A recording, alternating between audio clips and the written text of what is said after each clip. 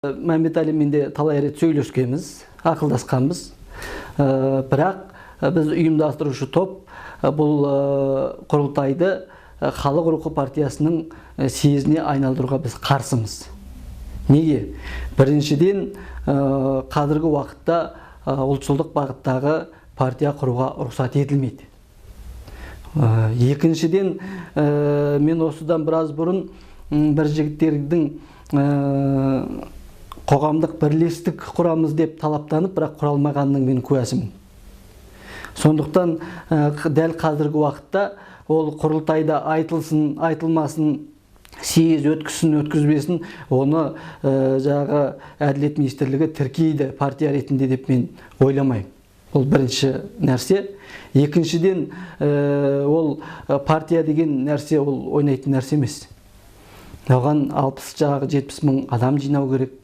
Оны тіпті жинадық, бәрін қатырдық деген күннің өзінде саясат дегеннің өзі жағы қымбат тұратын нәрсе. Оған мысалы Мәмбетәлінің оның қасында жүрген адамдардың ақшасы бар ма, жоқ па білмеймін. Үшіншіден, ол партия құрылды дегеннің өзінде қалай жұмыс істейді? Ол тағы бір үлкен мәселе.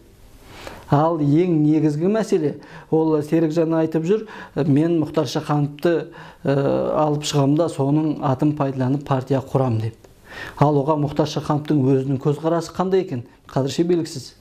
Енді жақын уақытта ол кісі де өзінің тұжырымын ойын айтады деп ойлаймын. Енді мен ойламаймын, мысалы Серікжанның сондай айтып не қылғанына Мұхтар ағамыз еріп кете салады деп. Өйткені Мұхтар ағамыз ол саяси жағынан да, басқа жағынан да ол кісі бәрін түсінеді, терең біледі. Сондықтан ол біз осыған дейін де Мұхтар аға айттық. Жалпы бүгінгі қазіргі таңда ол ұлттық жағы халық рухын құра салу оңай шаруа емес. Ал алдағы уақытта, болашақта мүмкіндігіне қарай бәріміз сол жағы үйлестіру кеңесіне бүкіл ұлтшылдар жиналып, саяси күшке айналып, билік бізбен санаса бастайтын болған кезде біз ол ұлттық партия құру мәселесін сол кезде көтереміз. Ал оған дейін Серікжан тіпті Шахановты қосып, басқаларды қосып, одан нәтиже шықпайды менің ойымша.